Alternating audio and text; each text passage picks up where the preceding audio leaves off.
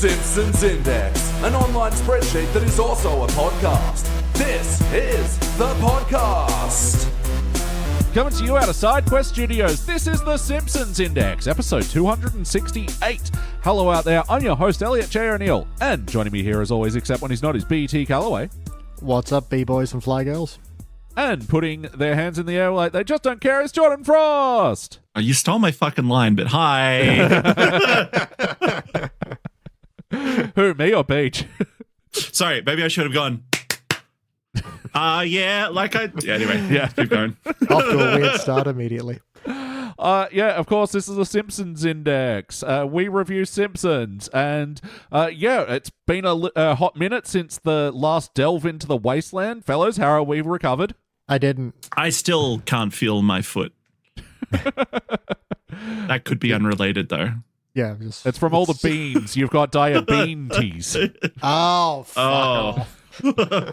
Yeah. So anyway, see ya. No, it was fine. It was, you know what? In retrospect, it probably wasn't as difficult as it feels like when you're in it. You know, That's what everyone says about tragedy, right? It builds character and shit. Whatever. Yeah. The only way out is through, and once you're out, it's like it's nothing, like it never happened. Yeah. Unlike the children's song, we could have gone over it, but we decided to go through it regardless. But as I'm trying to make a habit of asking our return guests, has the experience made you curious to check out more Simpsons in the interim? Have you been watching the show at all on your own accord? No. Short answer, no. Our most common answer. Ding, ding, ding, ding, ding. I could be tempted if I knew that was like, hey, this is an episode that got like shiny silver or something. I might be tempted to check it out.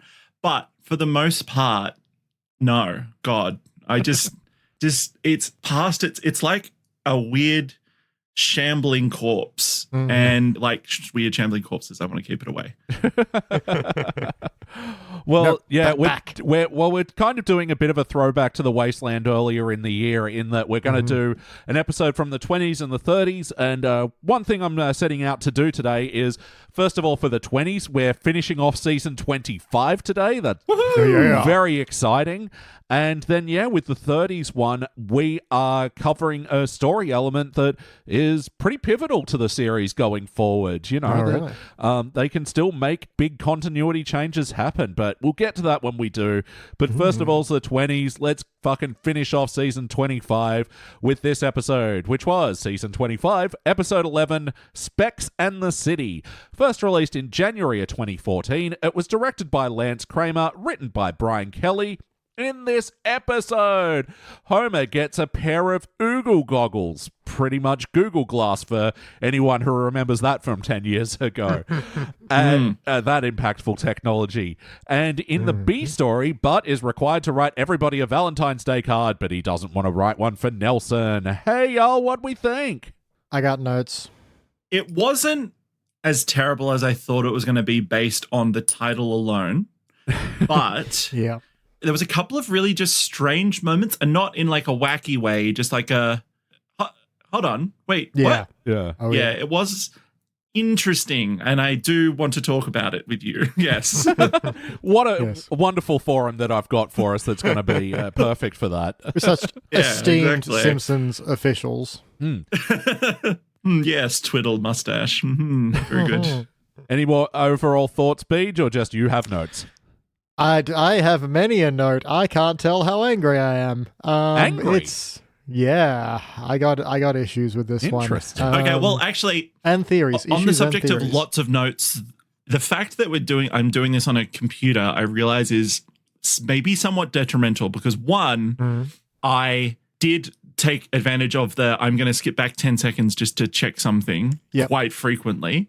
But two, because I can type much, much faster than I can handwrite, I've filled like a notepad page on my computer just full of shit. Yeah, it was like I had a lot of things to write down, and it made it a lot easier typing than it did having to handwrite. You really got to pick your battles more closely when you write it in a book.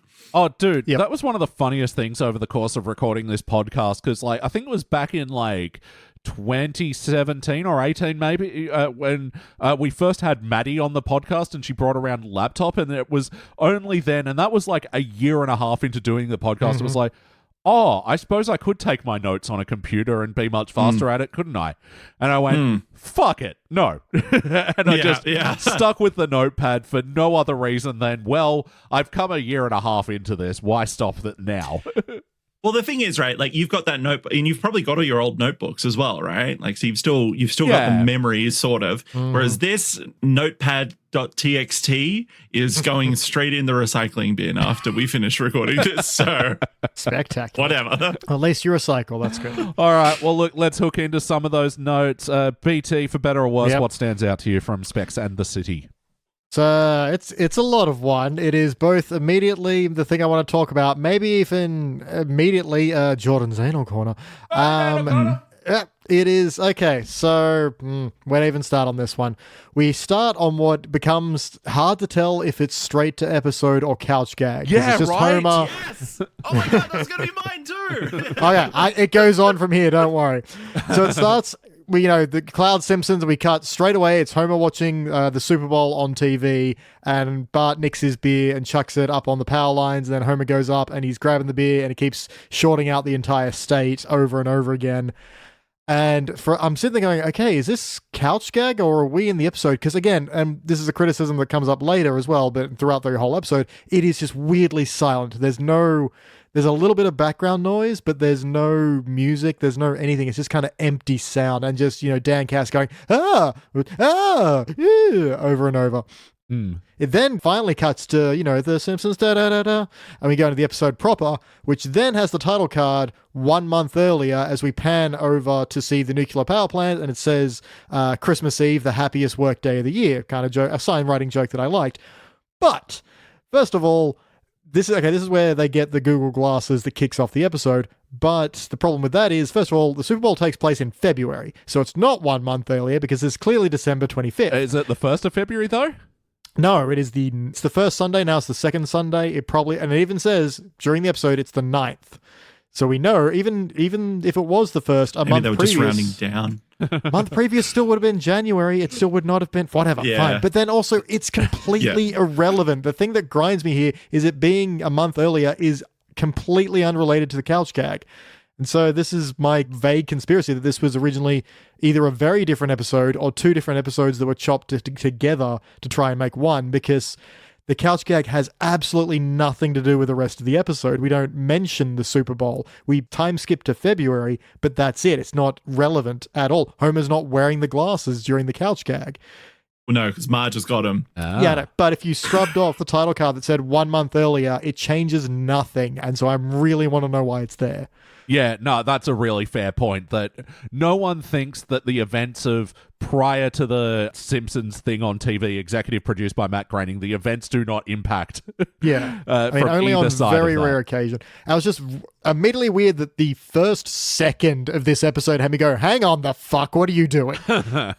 So I would go maybe one step further with the Jordan's Anal Corner and say, No. I'm pretty sure that touching one wire doesn't zap you. I'm pretty sure it's touching two wires that zaps you. Yeah, because that's why birds can hang out on those things, right? Yeah. And why they suddenly appear. So, unless it was because he was grounding himself on the tree, maybe. But either way, also, no way he's that strong to hang up there for hours on the tree using just his pure arm strength. He's also day-night cycle. Clearly a god, because he's taking full volts from an electrical wire that's enough to short out the entire state. Yeah. And yet nothing. I just want to say one other thing about the intro that was also really strange was that usually you still get them, like the whole family coming home, but this one was straight Homer getting hit by the car straight to the couch. And it wasn't like you didn't see any other family members. You just saw Homer get hit by a car and then straight. I was like, wait, what? That's like such a weird cut to make. Well, the other thing is, because we've seen a lot, especially lately, of The Simpsons just going straight from The Simpsons straight into episode. And then sometimes we'll get variations on it where it's like straight into episode from like Chalkboard Gag or something. So like to me, this was just like, oh, okay, we're in this. And then all of a sudden it's like, da-da-da-dun. And I'm like, oh, that was all the couch gag? I need to Inception here and go, we're going Jordan's Anal Corner inside Jordan's Anal Corner. Yeah, because Homer is still wearing the glasses on February 12th, and the Super Bowl's on February 9th. He doesn't give them away until later in the Well, episode. what year was it? This Was it the Super Bowl that year? Do we know? Because, like, you know, if it's second Sunday, it could have been the 14th. Because they're the ones calling it February 9th. I'm not looking this up. It's in episode. Don't try to get out of your own corner inside your own corner. I don't care. I was playing devil's avocado. So it's one of these problems that they cause by, like, even just dating it in the first place. It's one of these things that, like, if they have a brother, we wouldn't have thought about it. I agree with the initial premise that saying 2 months earlier when it doesn't actually follow through, and like 1 month. 1 month earlier, that doesn't affect anything in the slightest, and it does not. Yeah, you're right in that respect. So I think that's the weirdest part of it, is that like this doesn't lead on, so why put it at all? Yeah, good point. How about you, Jordan? What stands out to you from this episode for better or worse? Well, I mean, it was going to be that, because I did have a note that was just all in caps. It was, oh my God, that was all intro. Yeah. Same. I will actually, just while we're still there, I liked actually that 360 spinning shot when the pull out. Yeah, it was really good. I liked that shot. It was sort of well done. Yeah, if Homer on the wires, then it pulls out to the top-down view of the town. I thought that was nicely done. But but that makes me feel it was originally part of an episode, because why put that much animation effort into a couch gag? Like, it felt like an in-episode thing. Anyway. There was something on Wikipedia, but I did read it, and I was like, oh, that's just fucking boring. The episode's couch gag features an indent commissioned by the UK network Channel 4 for use before its broadcast of Simpsons episodes. The Simpsons added in all new sections in order to theme the gag around the Super Bowl, which was broadcast near the airing of the episode. Look, you can go on the Wikipedia thing and read it, but it just sounds like it was like repurposed animation that factor in the Super Bowl. But whatever, Jordan, what do you? What's the standout? All right, so I'm just picking between two. Do it both if you want. Look, well, sure, okay. Well, one was just probably the highlight of the episode for me was one that actually made me giggle a little bit out loud, which was the weird sort of documentary about Valentine's Day that they're being shown, where the narrator goes, "There's a rumor going around that he sleeps in the raw with his maw and his paw," or whatever. And it was just like, he's looking around nervously, because, I mean, you would be fucking vilified and bullied to no end because if you did that. Yeah, but anyway. Yeah, well, that was one of the guest stars of this episode, Will Lyman, who apparently is the narrator of the PBS show Frontline, much different than the Australian show Frontline. Yes, which was much less serious. Yeah. Very good. And sorry, just to round off the guest stars, Maurice LaMarche also was playing the Super Bowl announcer in the couch gag. And that's it for Guest Star Corner. Jordan. Woohoo! Okay, but I guess what stood out to me the most now that I think about it is there's just zero resolution at the end of the episode. Like, it just finished and I went, wait, huh? I feel like I missed something, because it's like there's sort of resolution, sort of, between Homer and Marge, but like there's nothing about the glasses storyline doesn't end. It doesn't flow into, obviously, the opening. Nope. Like the Valentine's thing, like, sort of like Bart sort of does a Valentine's card, but there's nothing about, like, I felt like it was going to be a bigger story about, oh, we shouldn't have to include everyone in everything and that kind of thing. And the episode just finishes, and I thought I was missing an act. It was just confusing, and I did not understand why they chose to end it there. Yeah, like I never want to like pick on the titles of an episode too much, because they ultimately don't matter. It's just a thing to remind you of what fucking episode this is. And I'm just like, what is the city part of the Specs of the City, though? Yeah. Because we have an episode that is clearly an A and a B story. So in that respect, the Valentine's story just feels very shoehorned into the thing, because it being Valentine's Day doesn't really factor into the glasses story, does it? No, at all. No. And it could. Like, that's your opportunity. Could have called it like Lovers in Glass Houses or something, like just, just something that relates to both. Like, that's just off the top of my head. So Simpsons did a really shit job, because they were like, but actually now mentioning it out loud, the fact that Valentine's Day doesn't play into the Google Glass story, and it very, very could easily do that. Like, that is. Look, I'm getting over the fact that this conversation made me realize that this episode ends with Homer knowing Mr. Burns is watching them fuck and doesn't stop. Oh yeah, there's no resolution there either, is there? Yep. Like, Mr. Burns has seen everybody's everything now. Yeah, but also no resolution to him having obviously some sort of identity crisis and not realizing that he is Mr. Burns and not someone else. I actually like that joke. Yeah.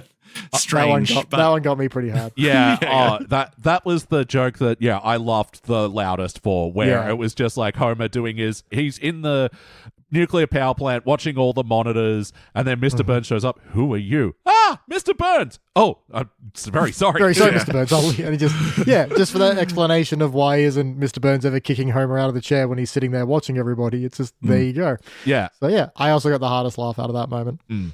No, it's a good point, Jordan, about the resolution, because I think maybe the Barton Nelson story does resolve kind of, if not in just a weak, jokey way. Where, there's the bit of anti-heart where Bart gives Nelson the Valentine that says, "I fear you," and Nelson's like, "What? That's got nothing to do with the Valentines." Like, no, it's got everything to do with Valentines. People only give Valentines for fear of what'll happen if they don't. I'm like, okay, that's some reasonable commentary, but everything else in this plot line, the core concept of Nelson demanding Valentines from everybody does not make sense to me. Well, also that everyone at the school is demanding everyone makes Valentines as well. As see, the that conceit. again is close to a concept in terms of so no one is left out, everyone gives one to everybody, so everything is evenly keeled. And there's, that's okay. And there's something to Nelson exploiting this and then demanding the best, sort of, I guess. Yeah. It's weird, though, that concept, though, because it feels like, how, like, the right wing are really upset about, like, DEI shit at the moment. And, like, it feels like if this was made today, it would be very explicitly almost like some sort of right-wing talking point about, like, oh, everyone's got to be included, don't they, or whatever. And it's sort of the way they were phrasing it almost felt like, almost, jab at that. Not quite. Equality, huh? There's a bit of participation trophy-ness about it, Yeah, but that said, I like, at least this has probably been a thing that has happened in terms of, like, to make sure no one's left out, everyone gets one. Yeah. To some degree. So it's, I was also kind of worried it was going to that, everyone's special, so no one's special kind of moment, but I think it treaded lighter than I thought it was going to. But still, it didn't feel like, I don't buy that Nelson gives a shit. No, not really. Yeah. But it is kind of why I like the ending on that, where it was like Bart actually acknowledged him for being a bully and like put things in the card, like, complimenting him on that. And even the joke on it having like a perfume smell like one might do for a Valentine's Day card. He's like, I can smell the beer here. Oh, I rubbed it on Millhouse. That's a decent line. Yeah. Well, what stands out to me, the Google Glass of it all, which is very funny. I was telling Jordan off pod, there just happened to be a recent video dropped by Dank Pods, who actually maybe listeners of the Simpsons Index will be familiar with. He used to go under the pseudonym of Dank Muss, and he'd make all these Simpsons remix musics. Yeah, and now since then, he's moved into like reviewing very niche technology, mostly headphones and MP3 players and the like, and he's doing very well for himself. Yeah, sorry, I had like close to like 1 million subscribers or something. Like he's doing a decent job. Some numbers. For sure. No, he's doing very well. Got lots of YouTube channels. I'll link him in the show notes. But, he just happened to drop a video reviewing Google Glass the other week. But the problem is it's kind of dead technology now because the apps to use it is dead. Like, it can't be uploaded or updated or anything yet. So, yeah. Like he was saying, like, if you can find a download somewhere, you can, like, flash the firmware so that you can make it sort of usable, but, like, why would you? What's the point? Like, for what? Yeah. It's just funny, like, The Simpsons can be this time capsule in so many ways. And, like, I don't know the specifics of the timeline, but there was a little bit, I do remember a little bit of hype around Google Glass saying, this will be the next shift in technology. And, mostly from Google. Yeah. But I remember Kevin Smith spruiking it on one of his podcasts and him using it as like a sidecar thing for his podcast a couple of times. And he's just being like, yeah, this is actually really useful for me to fucking quickly fact check myself on show. Yeah. I'm sure it had its uses. It's just a question of, cost and effectiveness. Yeah. I feel like they said there was a lot of sort of like workplaces that would use it for certain things or something like that. Like, where AI would come in handy, maybe like, I don't know, some kind of engineering or something like that maybe. But like for the most part, Yeah. Like enterprise users, yes. Personal use, like what? Like no one wants that. Like there were so many articles of people getting fucking beaten up because like, why are you bringing a camera into the bar or whatever? You know, it's just like fuck off. Yeah. Yeah, well, we were hanging out with me and Beach the other week, who had one of the pairs of Ray-Bans with the cameras in it, and then he showed us like a couple of bits of video that he'd recorded of us through the weekend. And I'm like, oh, I didn't realize you were film. Oh, I don't like that. Yeah, that's weird. Like, so strange. Like, I know that there's sort of like, you know, the rules around like, I know it's in the UK, but I don't know if it's in Australia, where it's like, if you're filmed in somewhere public where you would be reasonably assumed to like, assume that like, you know, someone could film you, like that's fine. It's obviously not in someone's home or not like, but yeah, it's still got an ick factor regardless of the legality of it, you know? And, you know, looking back, I think that's maybe why Google Glass failed because, and I feel like it's demonstrated in the episode, these things are fucking butt ugly as fuck.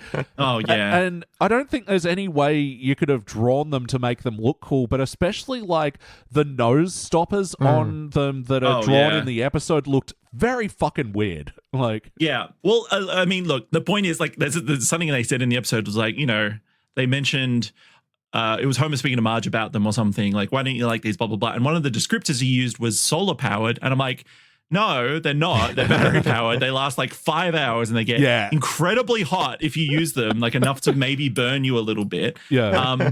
So that was one of the major problems is they're not solar powered. You can't fucking wear them all the time. Who the fuck, like what Google PR person was on this? Because I had a look. So this episode aired in what, like 2014 or something, right? January 2014. Yep. So they were still getting manufactured and sold at this point. So it feels like an ad almost for Google Glass or whatever. Yeah, either that or someone like applying their resume, like, oh, I said solar powered in this episode. What a good idea, Google. Maybe you should hire me for my humble Simpsons writing job. Look, maybe a bit of that because when knows? the episode sort of demonstrated, like, it was a lot of like silly applications of like essentially tattling on people and like revealing personal history whenever Homer would look at Burns or Lenny or Carl or whatever. But then when it like did practical applications of like Homer driving around town and looking at buildings and getting a bunch of facts about that, or then like Marge using it with cooking, and I'm like, oh my god, these are actual like practical applications of this thing that could have probably been useful. And now you mentioned that, I'm like, oh yeah, maybe the writer is pitching here rather than writing a comedy show. Yeah. Well, that was the other thing. As in that Danksmas video, Dank Pod video, they were talking like it's just a smartwatch. Yeah. That, you know, is face. in your eye and burning your scalp. Like, so it seems like maybe there is a use case for them, but just like, just take the camera off because otherwise it then becomes useless. So then what's the point? Well, and that's the other thing. It's just so obviously Google Glass that anyone who's looking at you doesn't want to. Like, they're like, you could be filming me right now, or you're just looking at porn on the fucking internet while you're talking. Using the United States approach of, well, if you have nothing to hide, then you have nothing to fear. But how about the wackiness in this episode? Any wacky cartoony moments? Oh my god, so many. Quite a lot. I have so many. Like, number one, the in-universe Simpsons logo in the clouds. Because like Lenny's like, I thought it was Simp Sans with an A. It's like, haven't you ever looked up in the sky? And then the Simpsons logo appears in the cloud. And I swear they've done that before. I think. But why? I actually think this might have been. I mean, I'm not going to put it past them to do a repeat joke. Yeah, absolutely. But like, I do think this is a clip that's being gone viral and like outside of the show, maybe. But, yeah, that's where I know it from. Yeah, possibly. But also, the idea that there is like a regular weather event that shouts out your last name in the sky. Like, yeah. It's okay because that's how you know you're the main character. Yeah. It's reassuring. And then anything you do is fine. I mean, Jordan, you'd have that with weathermen like saying, there's frost in the air. You're like, holy fuck. Oh, especially living up in the Blue Mountains. There's lots of frost over here for sure. I do love that 100%. as a concept of like, there's like an everyday event that proves that one guy is the main character. You're like, oh, shit, that's all right. What am I supposed to do? to This is the thing. Does it happen at the same time every day? Is Yeah, it like, I mean, let's or is it assume like so. in co-location with the sun sort of thing? Yeah, is it just right. at certain things and you're like, oh, exposition is about to happen or something. Yeah, Like and that's you're when just you know aware a of it, story is and about you're to like- start. Yeah. And you're like, I don't even know this guy. The main thing. What am I? Am I a background? Fuck, my background character. Oh shit. Does the sound emanate from the words, or does it just like appear in your eardrums? You know, it's I'm gonna weird. go with it appears. Yeah, that's it. Because not only hearing it, but also seeing it as well, and like it being letters arranged in the way that's like it is exact to the audio you're hearing right now. Holy, that is existential. Yeah. Very strange. Anyway, Another wacky thing was that Burns is just happy to murder random people. Like, he was just pressing that button. It's like, press this button and it kills them instantly. And he's just mashing a bunch of them at the end. And it's obviously not working.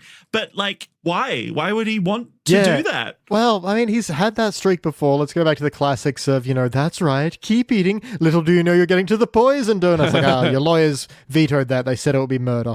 Yeah. So, but there's no explanation as to why this doesn't work, though. Like, that kind of moment of there's no poison donut, the lawyers said it would be murder. It just doesn't exist here, and Smith is just standing there, and there's no punchline to it. It's like, well, because it's like this person is just standing there doing their job, and they could just instantly drop dead for no reason. Like, why? Yeah. True, it's not benefiting him financially. No. Yeah, that's it. Whoever, like, he set up, getting a mass amount of Oogle goggles, the Google Glass, too, and they go, and you can make me a board with buttons where I can kill everybody. They're like, yeah. Yeah, sure we can. Yeah, I would have enjoyed that as a joke. See, It's that's like, the problem. Yeah. Yeah, this joke is missing a fucking punchline because, otherwise it's there- just Burns thinking he could just have just instant murder everywhere and there's no or like, if- extra layer even if he to was it. like pushing an irrelevant button and Smithers being like, sir, that actually calls for your lunch. Yeah, or something sure. like that. Yeah. It's just, it's, Or it delivers them a present. Hey, that reminds me. Have you seen that? There's that clip from like the Mitchell and Webb show where they're talking about like the evil like villain the evil overlord, lair. and he's Yeah. and he's trying to do like the chair that like dumps them back into fire, and it's the safety inspector going, no, we couldn't do that. We'll have to have like bars come up so people are well aware to get away, or like I want this wall to rotate. He goes, well, it's load bearing. We can't do that. Like like this stuff. Yeah, it just reminds me of that in a way. yeah. Oh, that's good. I love Mitchell and Webb. There was another one that's sort of wacky. When Marge looks at Maggie with the glasses, it says attempted murderess. Now, if they're talking about the Mr. Burns thing, Yeah, let's assume. that was maybe accidental manslaughter. I wouldn't call that murder. Like, murder requires intent. So, has there been another thing where she wanted to kill somebody? I mean, that I'm just depending not on aware? how you say it, she did shoot at a bunch of mobsters with a rifle. And they did And- all go down. They obviously didn't die because they've come back They in also later episodes. They were also clearly winged. That was not intent. The murder was not the intent there. You could also call the time she bonks Homer on the head with a mallet attempted murder, I suppose.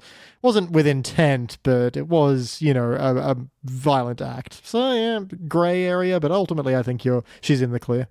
Also, I didn't realize there was gendered words for murderer. Like, Yeah. Well, Usually there's not. I think they just did it for the funnies. Yeah. Like, it's funny to say murderess. Yeah. Yeah, personally, I enjoy the suffix S, like baroness or sorceress. I think it sounds cool. So yeah. I'm for Maybe it. they could have gone with murder tricks. I don't know. Or just not done gendered language at all when it doesn't need to, but sure, whatever. Yeah. Oh, well, that was just one where I'm like, because Yeah. we're these days trying to move away from like actor and actress and just, Yeah. keep it neutral. But yeah, that was one where I was like, oh, did we have that distinction? Like, Yeah. It's going to make the Oscars real interesting if they finally decide to Have do the that. and the murderer award for and best murderess. murderess. Yeah. Well, no, well, yeah. I was going to say, why can't they just do best actor and then it's just between whoever? Like, anyway, it doesn't Yeah, matter. It's just I like mean- how we do the Gold Logie. Yeah. Exactly. I did look at Gold Logie winners the other way because I was curious, like at the stats of it or something. For our international listeners, a Logie is like an Emmy in Australia, Yeah. It is not a bit of phlegm. That's a loogie. despite its name. I think they're as much valued as one, though. Yeah. But Yeah. it is interesting that, the top prize has been won by such amazing Australian performers like Lisa McCune, Georgie Parker, 17 times. Daryl Summers, Yeah. Grant Denyer, is that his name? Yeah, I think so. And didn't Tom, the what's his name, the comedian, redheaded guy, Yeah. didn't he win one as a joke? Yeah, Tom Gleeson pushed for Grant Denyer to win one as a joke, and then the next year pushed for himself to win one and gave an amazing drunk acceptance speech. It's just like such a nothing award at that point. Yeah. Just admit that you mean nothing. Like, it's just, who cares? No, it's Anyway. just a chance for Australia's best and brightest to go do cocaine and a lot of alcohol. One of the All funniest right. things, actually, listener, if you like could they look need up. an excuse. Yeah. Look up Carl Stefanovic morning after Logies. He's like one of those morning breakfast show hosts, and he is coked and drunk and barely holding it together. No, he was just very tired. He was just very tired. Oh, that's right. Elliot. Yeah. New medication. Yeah. Sorry, I do have a couple of other notes of whack unless you guys have more that you want to get in. I mean, I got some. The whole stress ball thing where Lenny throws it goes into his throat and he hawks it out into someone else's throat. And Oh, yeah. Yeah. And the Mr. Burns stress ball. Yeah.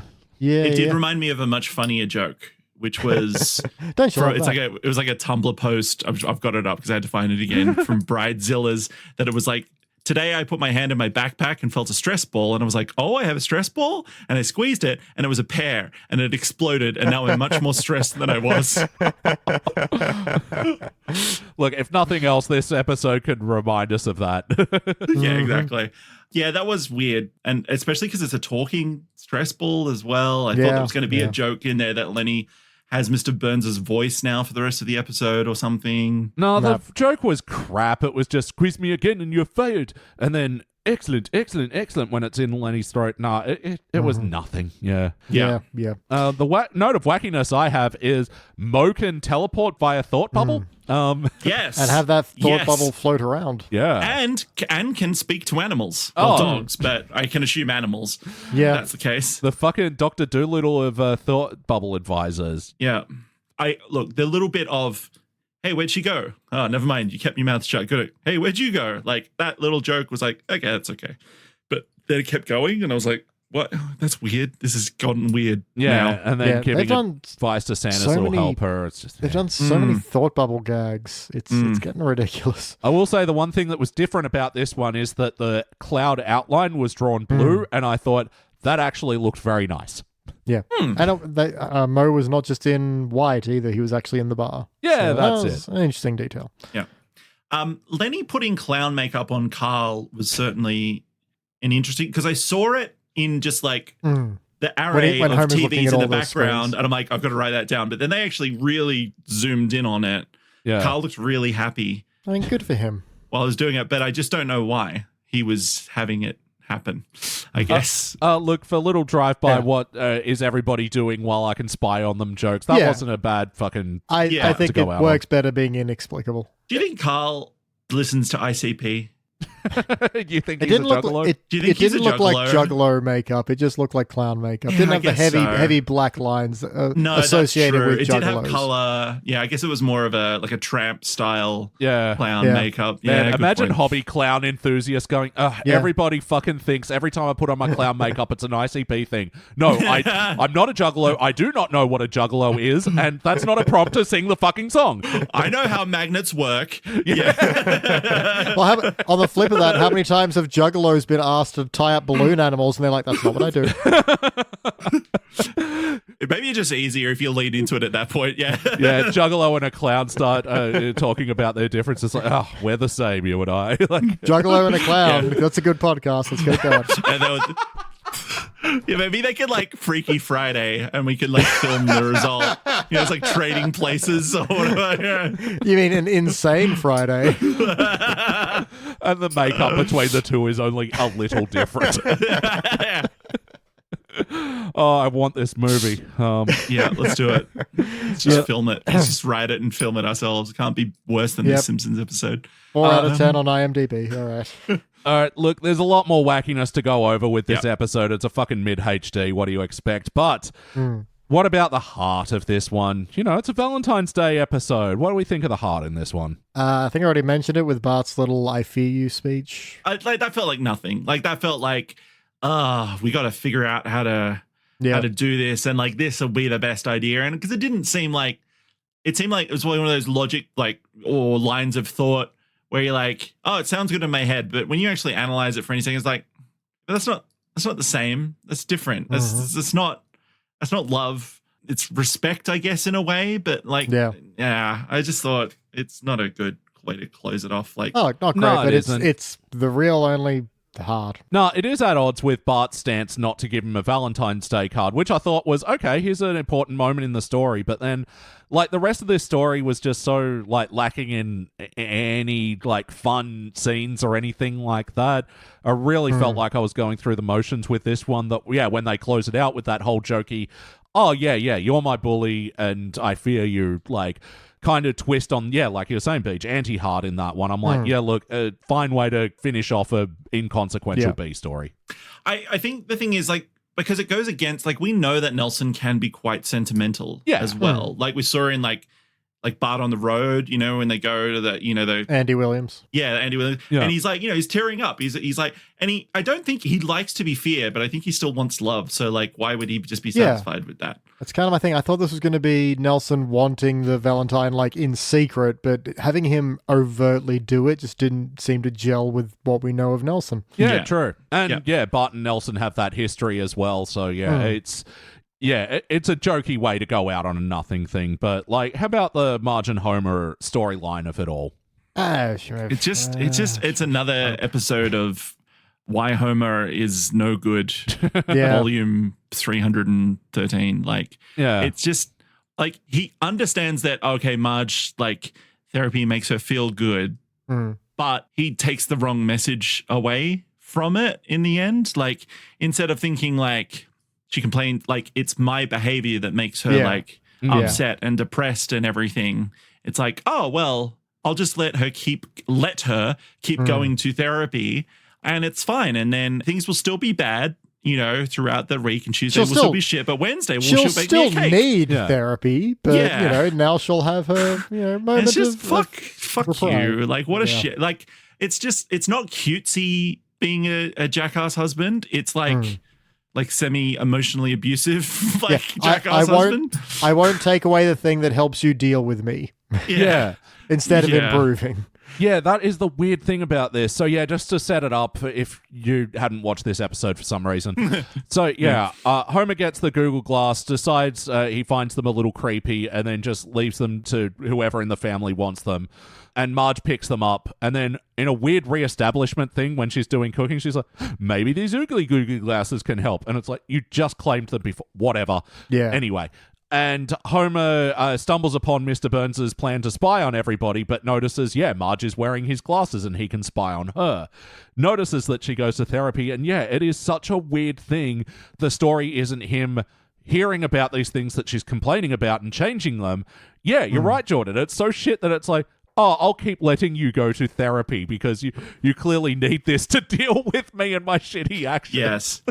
Yes. It's not like he just needs to go one step further of like, but what is causing this? It's like, no. It's just, prevention is better than cure. Cake with a smiley face instead of a frowny face on a Wednesday or whatever. Look, I didn't mind that as a joke where, Homer realizes that Marge is in a better mood on Wednesdays and like remembers all these Wednesdays and nice things that happened versus Tuesdays where she's at her low.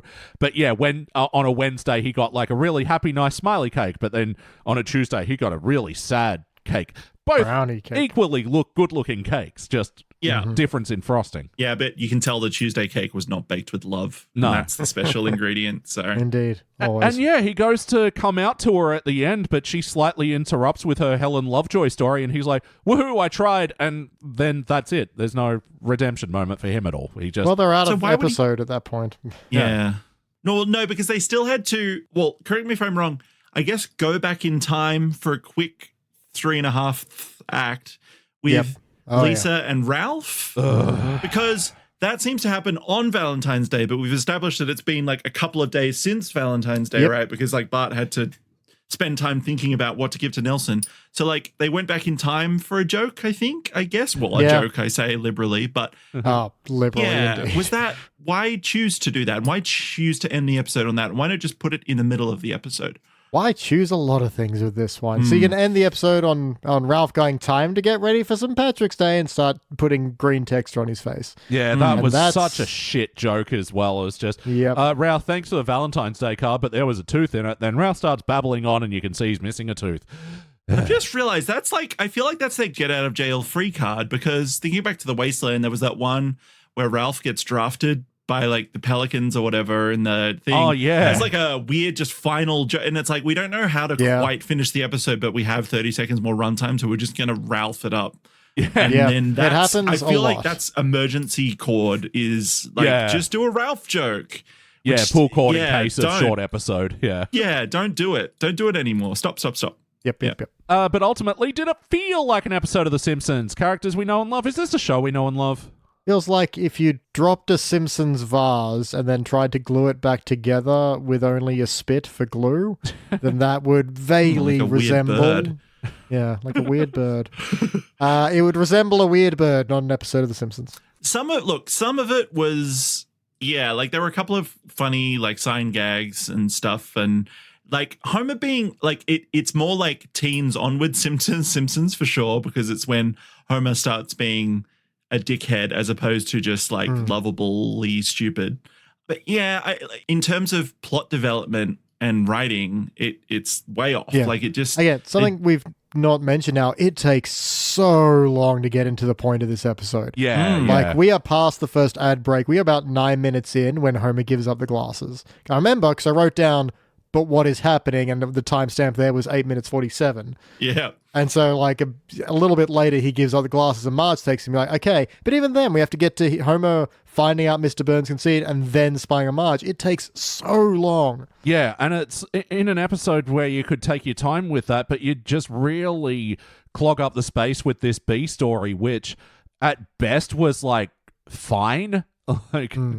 And it wouldn't have been so bad, if they just didn't waste the time like that. And that's like really what bugs me about this one is, inefficient storytelling. Yeah, and that always does bug me when it's like, if you have formulas to this, even if something is formulaic, it's following a pattern that works. Yeah. That's why I ranted so much about that opening bit, because it just shows that there's not a thought process there. I guess this episode must have been short from the outset because, Jordan, like you were saying with the Ralph bit, and then like we were saying with the fucking extended couch gag, which might be fucking repurposed footage from a BBC ad or something. Like, and I don't know how this episode was so short because there is so much more you could have done with the Google Glass story, which it's one of these things where like them doing like this is a thing episode. It's like, Google Glass might be a thing.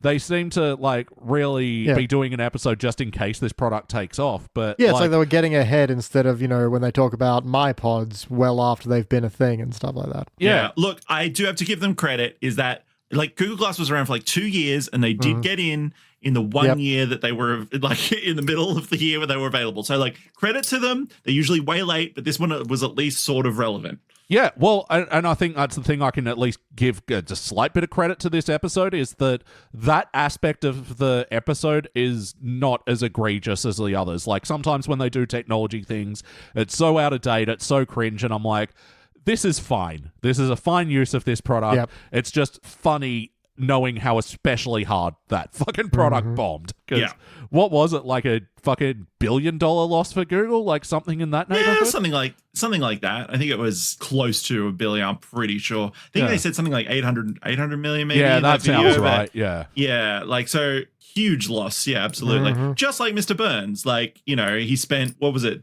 $27 million?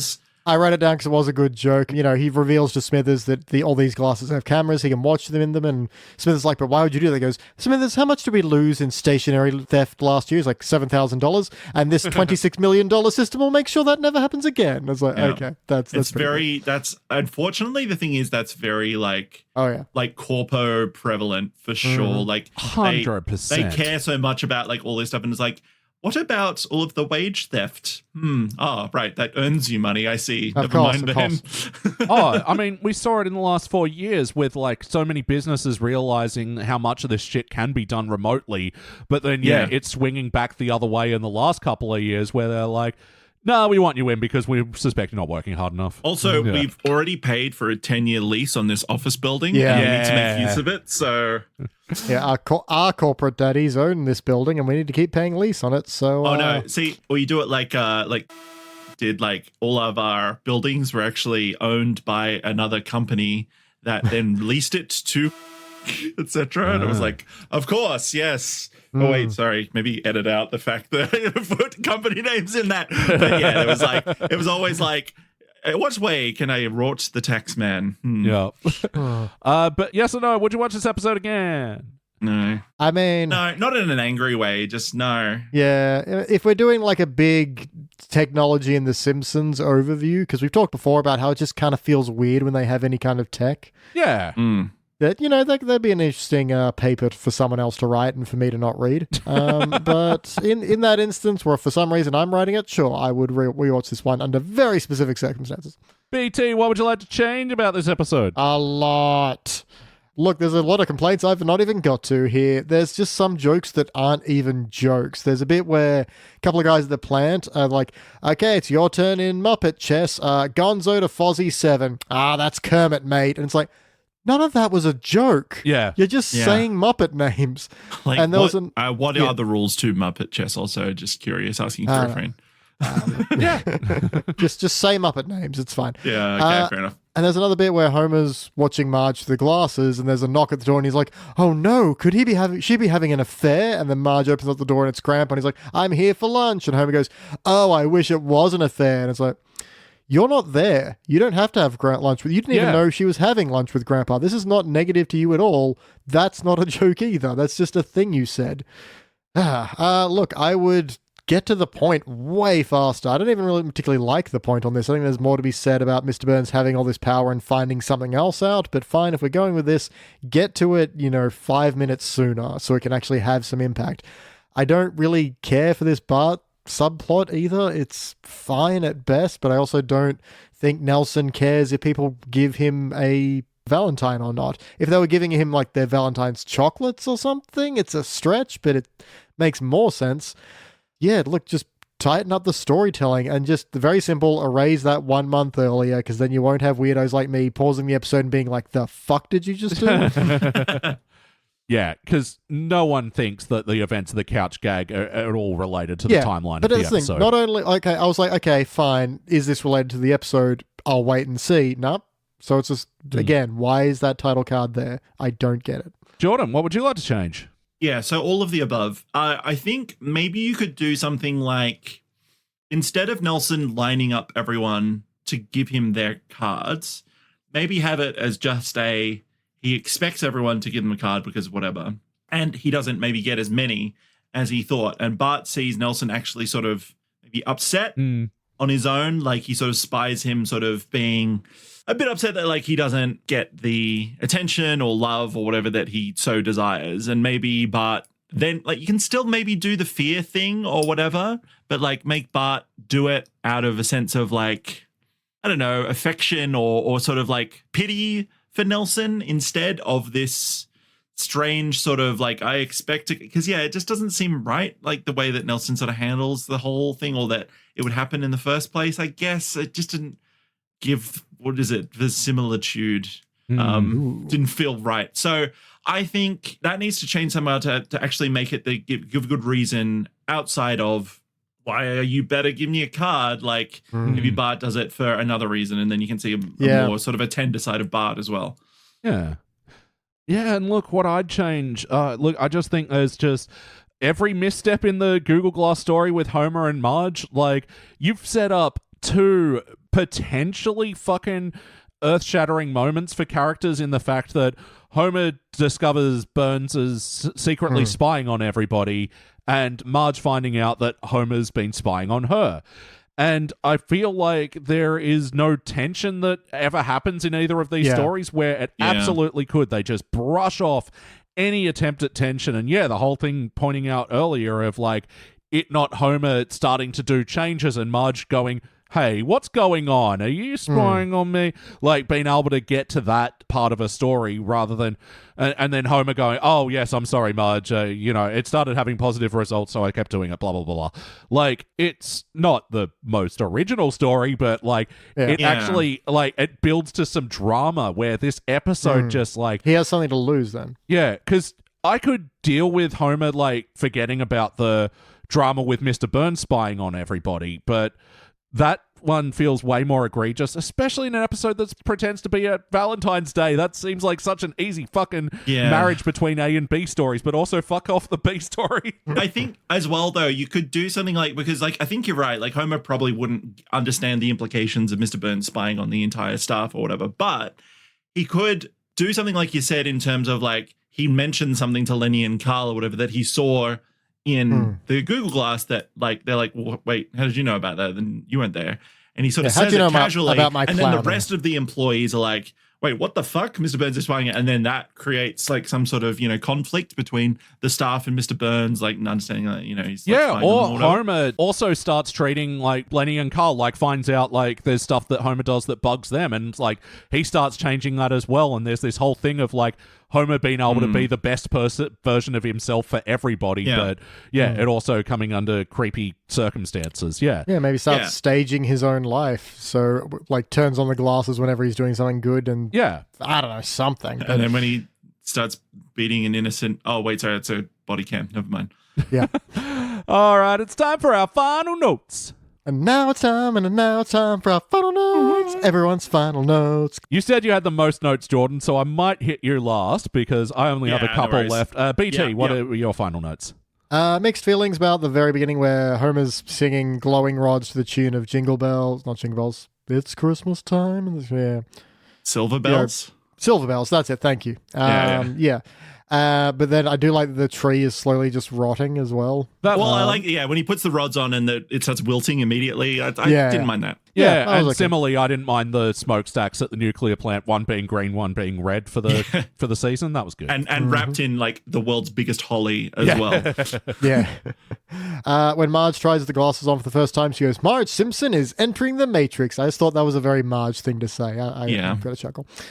Yeah, again, when Homer creeps into Mr. Burns' office, it's just, again, eerily silent. There's no, like, creeping music or no... We've mentioned it a lot, so I'm not going to dwell on it too long, but just the lack of interstitial music is just everywhere, and it is so noticeable in this one. Yeah, that's your classic pizzicato strings doing the dun-dun, dun-dun-dun, dun-dun-dun-dun. Yep. Yeah. Or just have Homer doing it like Kronk, like doing his own music.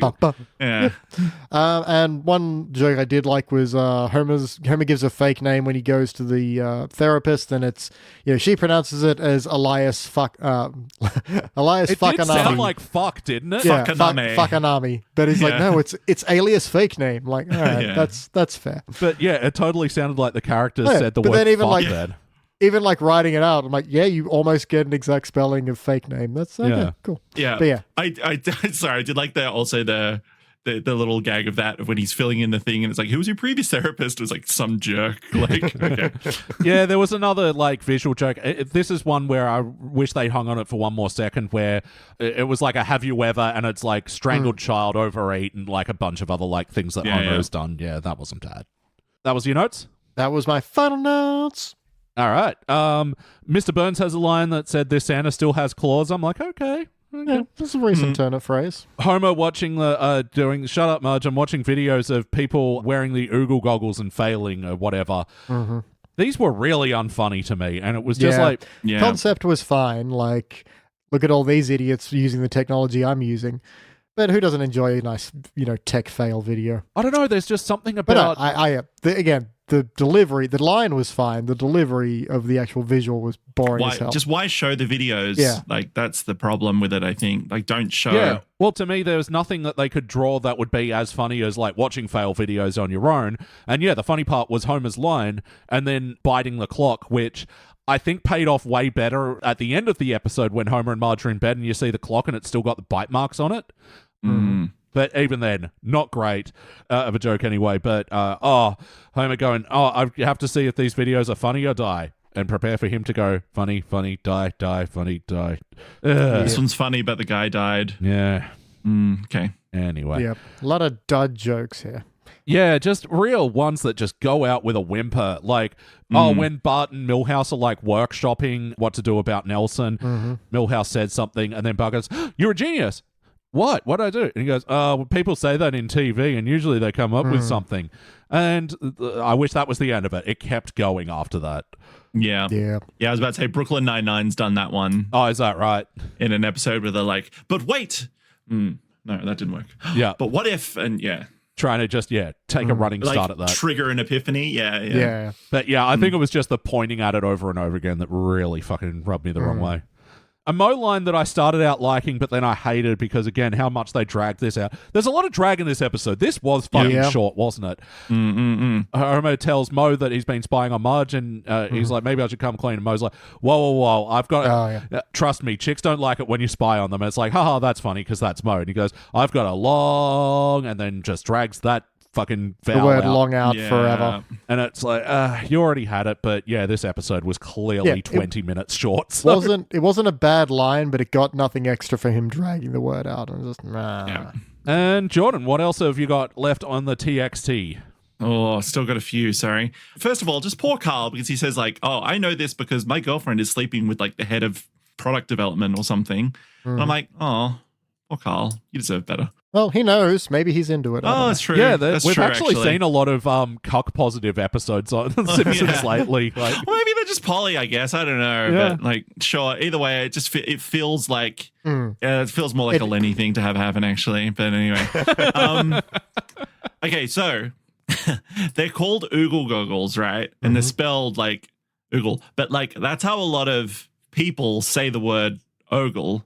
They say oogle. Really? I'm like, well, checkmate, because if you pronounce this oogle, then you can't pronounce that oogle too. Ogle. That one's oogle. Anyway. Google. And a couple other Jordan Zana corners.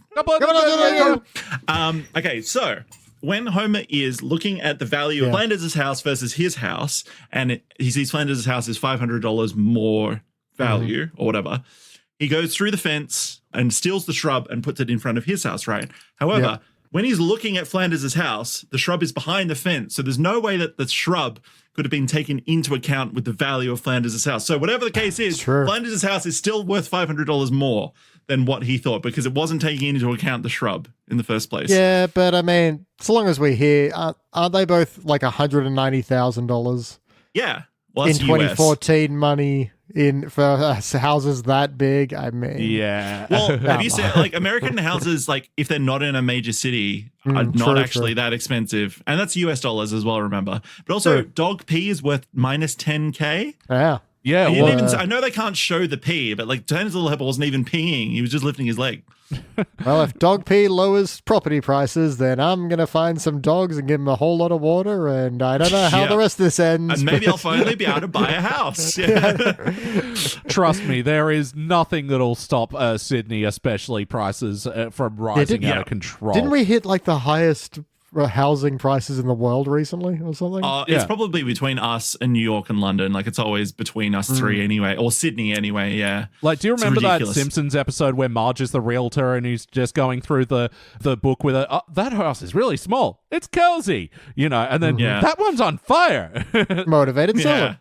There was literally a burnt out house a couple of suburbs away from me in French's Forest or something. Yep. That completely burnt out, was just the bricks, and it sold for $1.5 million. But well, it's all about the land, I guess. All about the land, yeah. You just to buy land, you've got to be a millionaire. Yeah. Yep. Or super soaker full of dog piss. Just saying. Exactly. All right. So another John Zana corner. Why would Marge's glasses be the only ones with audio in the big frame of video array? Like there should be a cacophony of sound coming through, but it's only Marge's that have the audio turned on. It's not like Homer turned it on specifically just to... true, yeah. Yeah, anyway. Also, why did Marge put on the glasses for sex at the end? Yeah. She put them on specifically off her bedside table to snuggle. Why? Wants to look at recipes during. Another fantasy about Lee Majors. Yeah. Sorry, I got a couple of other ones. There's a random one when they go to Krusty Burger. As the scene cuts in, there's a random pimply-faced teen saying, "I'm sorry, sir." Yeah, but then nothing else. Huh. Yeah, but why? Why put that in? Yep. It's such a random thing. Is that like their enjoy your meal and have a nice day? That's just, I'm sorry, sir. I've definitely fucked something up, so I'm sorry in advance. Yeah. I hated the terrible pun of in the therapy session, has been converting our dollars to euros. And I don't mean the currency. Like, it was talking about like. Needs the sandwich? Like, I didn't know a euro was a type of sandwich. Are they like. Well, they're talking about a euro, like a hero. Oh, like a, right. Oh, that's awful. I assume there wasn't euro. No, that's not even close to the word. Dollars to euros? Yeah. Okay. Yeah, fuck off. And the last one was the Nelson doing the. Because it was really weird because he takes Bart's arms and I'm like, what is going on here? And he's like, why are you hugging yourself? Because he like crosses them over Bart himself. And I'm like, that's fairly That'll decent. Yeah.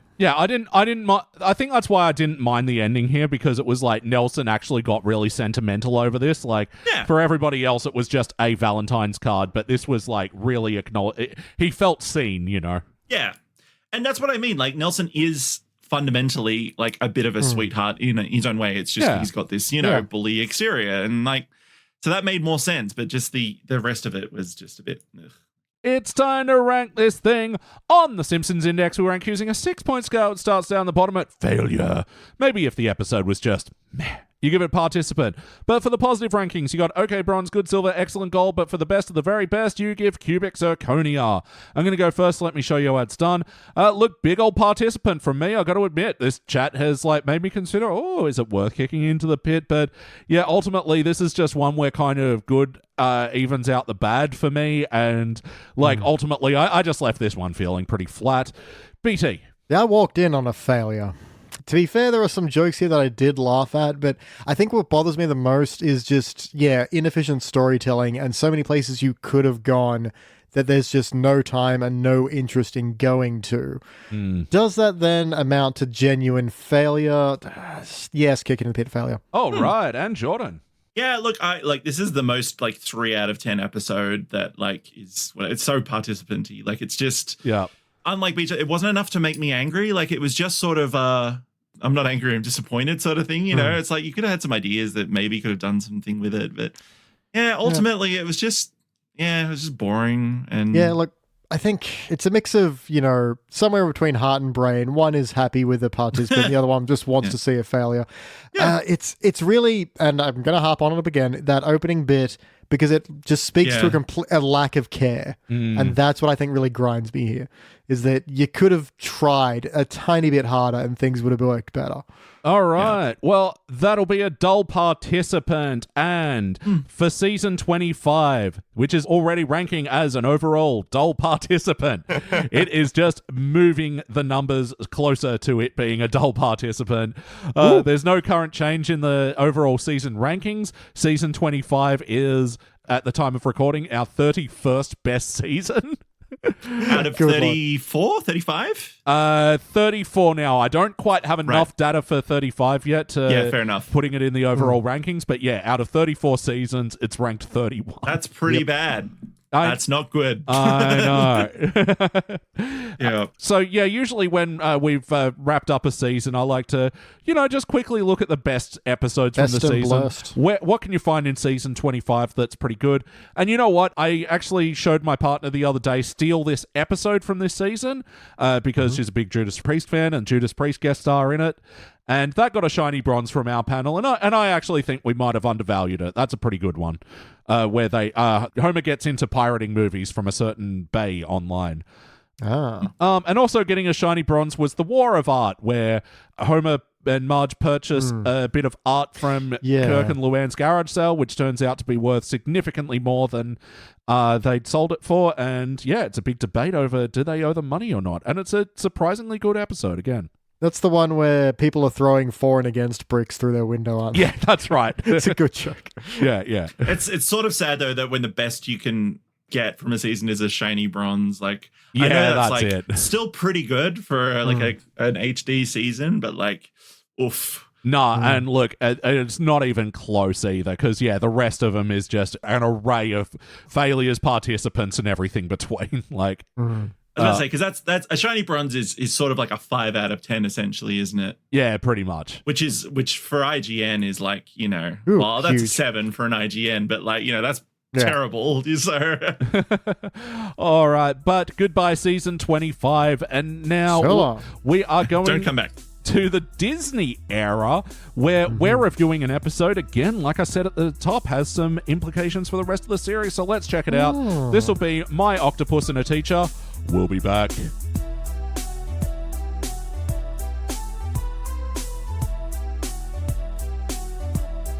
And we are back, and we just watched an episode from the Disney era. This was Season 33, Episode 18, My Octopus and a Teacher. First released in April of 2022, it was directed by Rob Oliver, written by Carolyn Omine. Carolyn, back for redemption maybe? Or Oh, yeah, because the last one we reviewed from her was fucking just... sucked. I don't remember what it was, but I remember us going... Oh, Carolyn. Carolyn, you're Oh. breaking It was in my the heart. Wasteland, so therefore... Oh, true. It was. Yeah. In this episode, like I said, this is a big one because this is where Bart gets a new permanent fourth grade teacher. It had been 8 years since Marsha Wallace passed away, and they'd retired the character of Edna Krabappel, and it took them this long to figure out what to do about that. In the meantime, we've had Willie sitting in, we've had Ned Flanders teaching for a couple of years. Yeah, maybe the plan was just to have a rotating cast of whatever was fun. Yeah, but I mean, I've noticed throughout that time, it's kind of weird that we don't have many like Bart in class-centric episodes. So it's good that they've put that on again, and their kind of goal with that was to get a actor who could work on a Marsha Wallace-like scale. And they've done that. We've already reviewed a few episodes with the new teacher, Miss Peyton, played by Kerry Washington, who a lot of people probably know from Django Unchained. She played Broomhilda, Django's wife. Right. Yeah. And she's also been in the show Scandal, which looks like one of those like hyper drama sort of procedurally sort of shows. Looks like Suits in the sense that I've heard of it and people have probably said it's good, but no one's actually seen it. Yeah, it's sort of like an ABC drama, not like ABC, Australian Broadcasting Company, but the American one. Hey, Oh, and she was also in acclaimed Wayans Brothers movie, Little Man. Look, people got to get work where they need to. That's it. But look, despite that, Kerry Washington is a absolutely wonderful actor, and a welcome addition to the special cast in The Simpsons. No, I was going to say, there is a kind of weird thing where she doesn't look or sound terribly Simpsons-y, but I think that's just a symptom of having been cast 30 years after everybody else. Yeah, that's it. And they've sort of had that with Kevin Michael Richardson as well, who kind of joined the regular cast in the HD era as well. Yeah, like even just her character design is a little too human, and it's weird to think that. It's like, I don't know. It's just I don't mean it to be like a huge negative. It does stand out as being slightly different. But then again, you've got a completely different crew designing her, so of course it's different. Well, it's one of the things that when guest stars appear in The Simpsons, like they don't have the circular eyes that most Simpson characters have. That's like how they usually make them look like their human counterparts is by reducing the Simpsoniness of them in this way. But anyway, this is a debut episode for Miss Peyton, and also the debut episode for Molly the Octopus in Lisa's side story, which A or B, I don't know. That kind of just played by Frank Welker. Probably. I was gonna say all those splashing sounds. He's just doing that over and over again. Hey guys, what do we think?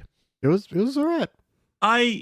I gotta be honest, I sort of nothing to this episode. I was like, it exists. It's it was extant. Coherent. Yeah. It was sort of like, there's a little bit of tension and stuff like, oh my God, what did Bart do? Like sort of thing with, like the sort of relationship between him and his teacher. We definitely hit a point of me being like, okay, but what are we doing? Like, I know Bart's hiding something, and I know Lisa's hiding something in terms of the octopus, but what's our actual plot? It felt a bit confused. I guess the motivations of some of the characters often just felt they flip-flopped a little bit. Like with the octopus itself, and then with Bart as well. Like it felt like, okay, I can see what the end point you're trying to go for, but like the actions you're taking there don't seem to sort of quite match up. So it was sort of strange in that respect, I guess. Yeah. Sorry, quick aside, are you playing with handcuffs off screen or something?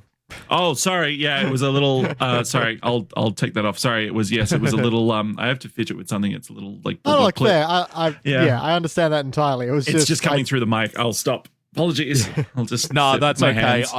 Nah, same here. I used to fidget with a Rubik's Cube on records, but then I started hearing myself doing it. Fair enough. Oh, fuck.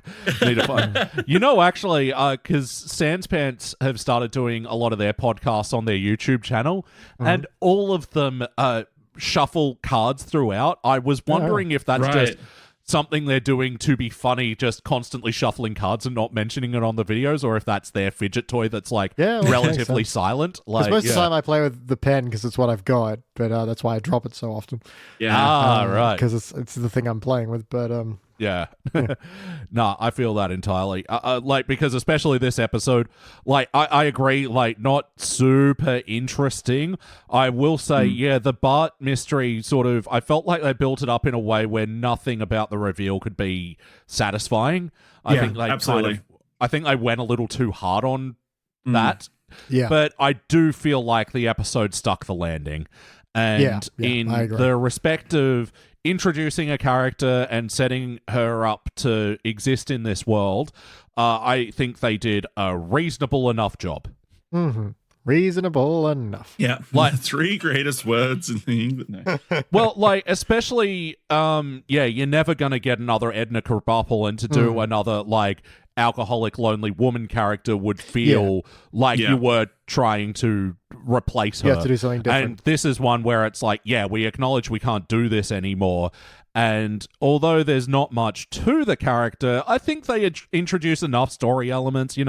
She's kind of this progressive teacher that's got some new ideas and whatever, and she's a bit enthusiastic and has a lame husband that plays oboe not great. I thought that was a funny element. Yeah, and has this whole, he's good. Oboe is hard. I do like her kind of double speak around, that feels very modern without taking the piss out of it. It exists for a reason. It's, to put positivity into things, which you definitely want to do with children without being like, you suck, kid. And I think, as far as sort of future-proofing a character, I think that can be a great contrast to Bart in that, she is this eager to impress teacher that, wants to try new things and whatever, and Bart, I think, in the future can be a great foil to that. But enough about me. What stands out to you? Let's start with you, Jordan. Look, I suppose it's explained in universe in the show. However, Bart going ballistic and just acting really weird, just sort of really off-putting and just made me cringe, actually, a lot of the time watching him go out of his way to sort of, see, this is what I mean about conflicting motives. He was sort of trying to be okay, well, I don't want her to recognize me.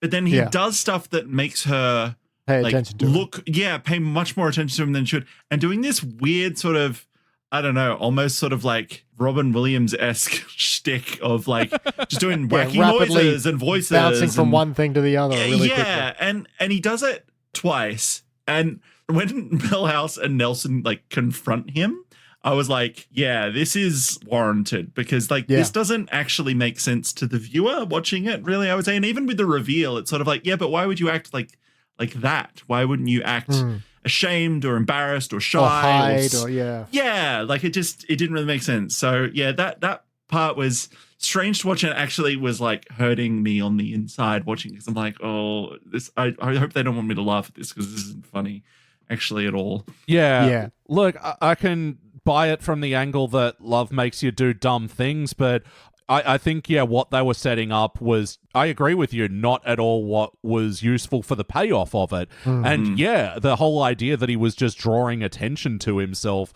didn't work for me either, As Nelson said, we can't laugh at your clowning if we're concerned about you, which I think is very much, I feel, in play with a lot of social media influences in this current day and age. I feel like that is really prevalent and prescient in the current days. That's the thing I hear a lot of people say about, watching something like The Office, which has intentional cringe humor, but it just makes them uncomfortable. And they're like, I can understand it because it is right on that edge between funny and uncomfortable.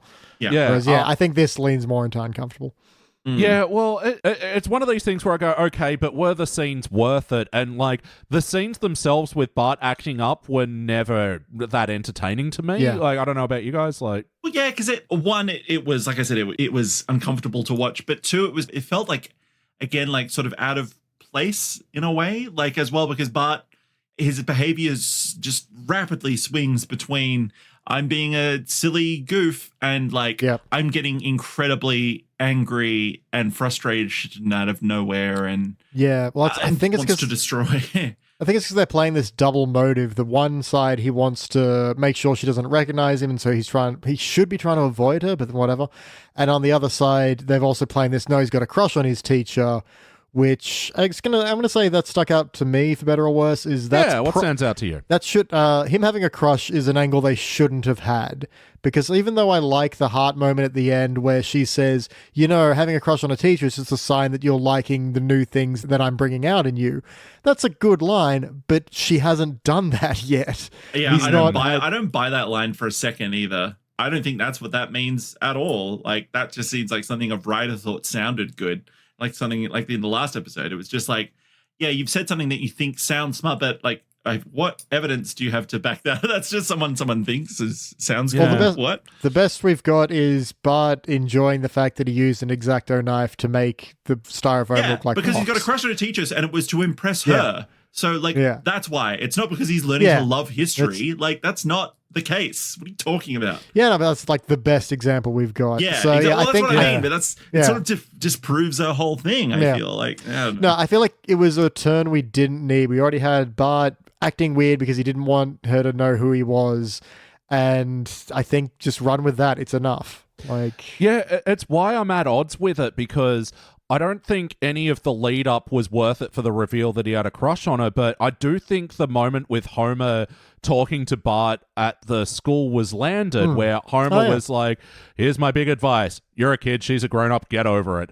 But then, talking about, him doing the big speech about... he has a follow-up I really liked, which was...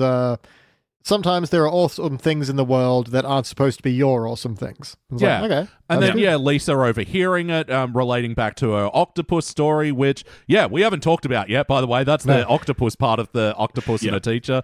Which, credit at both parts of the title had something to do with part of the story this time, at least. So that's one tick that you get that the other one didn't. Mm-hmm. Yeah. Congratulations. Yeah, where the other one, the best one is, the city of Springfield is like the fifth Beatle. But no, this one, this is obviously a big take on My Octopus Teacher, or whatever that was called, the Netflix documentary. Documentary that I got about 10 minutes where I was like, that octopus is going to die. I'm going to cry. I'm turning this off now. And he never ate calamari again. Yeah. I wish I could say that, but I went to Japan recently. Yeah. Have either of you seen My Octopus Teacher, or... Nope. Same boat. I read about it. I'm like, no, I don't need to cry today. So I am going to, and I'm sure it's great. And it got all the acclaim, but I just was not in the right headspace. And then I've had no desire to. No, that's right. But for anyone that doesn't know, it's guy scuba dives, meets an octopus, over time becomes friends with it, and then inevitably tragedy strikes, or the octopus stops turning up, or something like that. The octopus didn't go to any of his baseball games. They drifted further and further apart. It has like a clutch of eggs, and then maybe like it dies afterwards, and it's like, well, at least her family lives on, or something. I don't know. Yeah, but from what I understand, the documentary does a great job of displaying the octopus's not only intelligence but emotional intelligence, as like there's a seeming bond formed between the two. Creepy little things though. Oh, the way that they can stick to Bart's head and make a perfect fucking camouflage of his eyes. That was incredibly creepy, and I did not like that visual of him with the octopus in the eye. Yeah, no, didn't like it at all. Yeah. But I got to admit, I like this story for Lisa, where she makes her little documentary and she wins a prize for it. But then the thing in the documentary said that the octopus died, but in reality, she saved it and is trying to keep it as a pet, but it keeps wanting to escape and keeps escaping her. This is another thing that it kept changing, right? Because it's like, they show that Lisa and the octopus have this bond or whatever, but then why does the octopus keep wanting to escape and like is hiding from her, if that's the case? If they're so tight, why is it so keen to get the fuck away from her? Yeah, look, I maybe the episode didn't hit on it enough, but octopus are naturally curious creatures, and living in a jar is no fucking existence for them. And like, there is even a lot of documented evidence of like octopus in tanks just escaping through ways that are just fucking baffling and Yeah. like Oh, yeah, definitely. Then going to like nightclubs and hanging out and then sneaking back in the morning before anyone notices. Yeah. that's it. Hiding in cereal bowls and all the rest. Making a little octopus out of pillows and putting them under the blanket so that if you get checked on in the night, they think they're still. Pulling a full Andy Dufresne and just. Oh, by the way, again, I'm pretending like I know a lot about octopus here. I really don't. Can they grow back a chopped limb? Because this one was growing back its a severed limb. Might do. I think so. I'm sure the Simpsons did a lot of research and made sure Oh, yeah, of this. for sure. Yeah. Do octopus ink as well, or is that just squid? Oh. I think they can. This is a point where it inks, and I was like, isn't that a squid thing? I don't know. Besides their nervous system, octopuses can also regenerate their tentacles. There you go. There and we parts go. of the eye. Huh. Oh, shit. That's pretty Dang. cool. Oh, okay. And squid, cuttlefish, and octopus all ink. Okay, there we go. There we go. All right. Solved. There we go. Yay. We all learned something today. Two things. Hooray. And it doesn't matter if Homer ingested it, the octopus ink, because Homer's a god, so he can... Yeah, he's Well, fine. also, don't they have squid ink pasta? Like, isn't that a thing? Yeah. Is that just called yeah. squid ink pasta, or is it actually, did it used to be made with squid ink? No, squid ink is, they use it to mash into the pasta as well, and you do not need a lot. I saw that on a cooking show. It was surprising how little you need to actually color a dish. Yeah, that sounds right. Stain your noodles. Unless you want Vanta Black spaghetti or something. If you're like really goth. Yeah. Sucks you in as you try and eat it. Yeah. But how was the wackiness in this episode? Well, yeah, all the octopus montage trying to escape. It gets away with it. It's like, well, maybe they can do that. I don't know. Yeah, that's the kind of thing I leave it up to is like, how did that octopus escape the tank? It's like, have you looked at videos of octopus?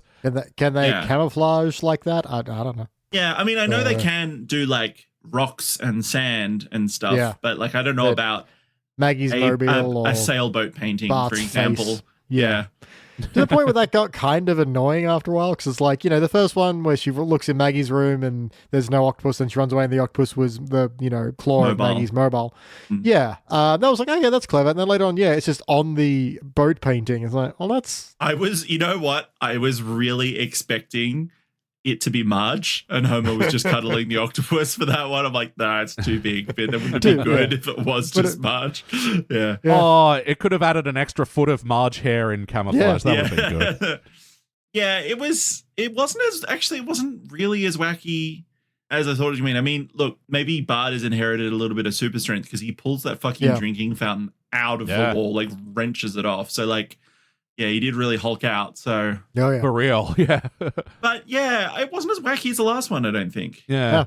But yeah, all that wackiness of Bart acting up and whatever and gluing the paper to his face and then tripping over. That went on for too long. And so it's a rare instance of Simpsons blood as well, where he glues the page to his face and falls over and gets up and there's blood on, like, it's implied he's smashed his nose pretty bad.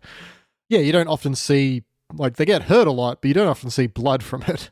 I'm just thinking, right, because he's putting glue all over his page, like, in this sort of concerned way. Yeah. And I'm like, it's implied so that he drew something and was like, oh my God, I'm going to cover this up or something. That was one of my things. We don't actually see anything right there, right? He's just putting glue on paper. Yeah. Yeah, it's just what we were talking about before about it trying to do two things, which was him acting up because he doesn't know what else to do with himself and then also trying to obscure his face. They needed to pick a lane on that respect. And if they'd shown us what he was drawing, that would have been a neat little, like, a little crumb for the audience to start kind of catching on. Okay. Like if it was like daydreaming and sketched like her instead or something, and then it was like quickly forced to cover it up. But like, yeah, just a couple of crumbs, because for a long time, like, okay, he must have pranked her at some point and is now scared of retribution or something. But then, and it's like, just give it little tidbits, like, he drew himself at the pool or something like that. Yeah. Another bit of wacky I remember now is Skinner and Chalmers, like, we're just going to have to go confer, and just walking into the little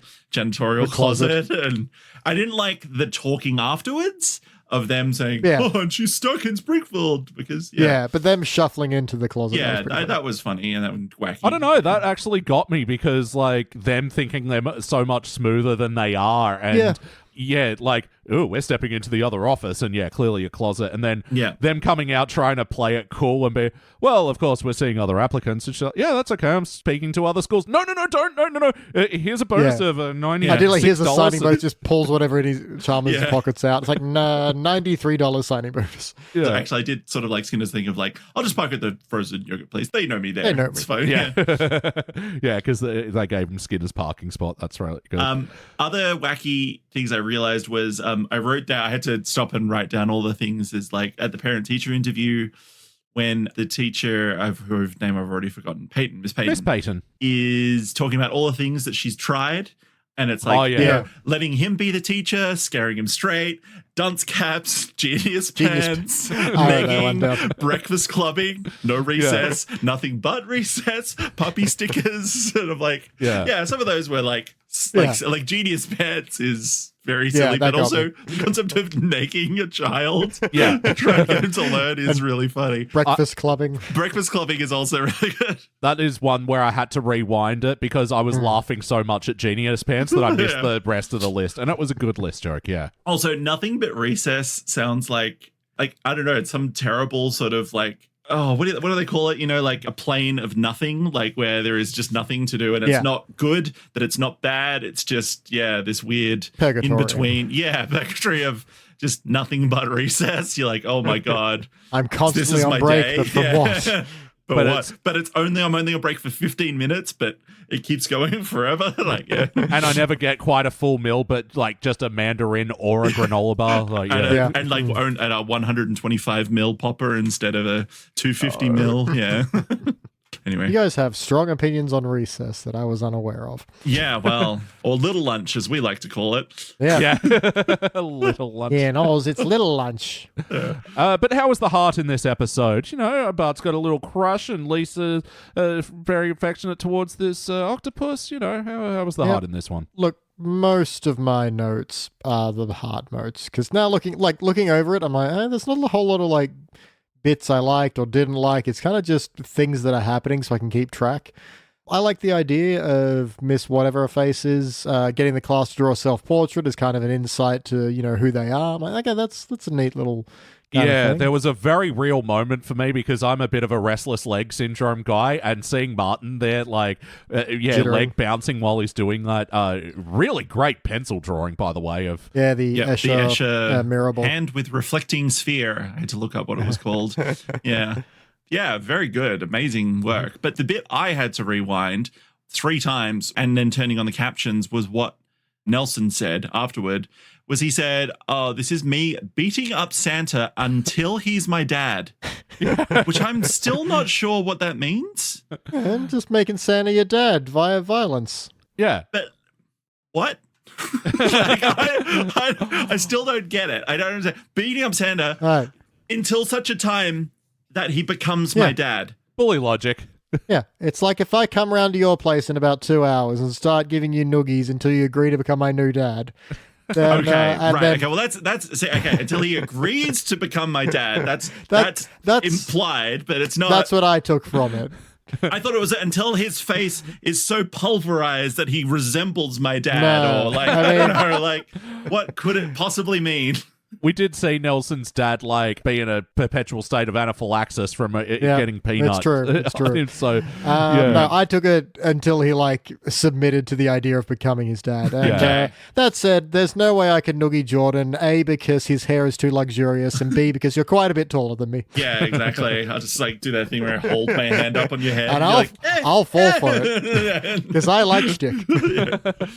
But yeah, bit of heart there as well from Nelson, and I like that really informs the character, and she's getting a vibe of it. Yeah, I think that's she's like, okay, that's a lot to work with, but he does care about the holidays and family. So it was, again, finding positives everywhere. Yeah, look, Bart's little breakdown when he talks about what he did, and he's like, I feel awful, her dress got all wet, and then I yelled at her. And it's like, okay, that's a very human response to, his situation where he was drowning and she saved him, but then he was like, everyone around was like, oh, that poor boy can't swim. What a pathetic little morsel. And, that's kind of where I got a bit of confusion on what the episode was trying to do, was Bart just, embarrassed that he had to be saved, or like... I think he was more guilty that he yelled at her for saving him and pretended he didn't need the help. It's a bit of an extra jump because strangers being like, oh no, that boy could not swim, what a fuckwit, doesn't fully translate. It's an odd thing to think. No, that's it. And look, you can't always apply logic to the actions of children, but, this is a television show that we're talking about here. It's a character. It's not a child. But, it comes back to whatever they were building up to, I don't think was enough for this to work, even though, I totally thought they ended up sticking a landing on this one. But then, like, Homer's line in that moment where he's like, just tell her the truth. And then Bart's like, hey, then she'll have nothing over me. Well, you did help. It's like, okay, that's nice. Yeah, but then he said something like, oh, I got this parenting thing down pat. I'm finally ready to be a dad. I'm going to go tell my wife. And I'm like, no. Stop that. Don't do that. I don't know. I kind of like, boom, parenting is easy. Okay, that bit was okay. It was the I'm finally ready to be a dad thing. I was like, fair enough. All right.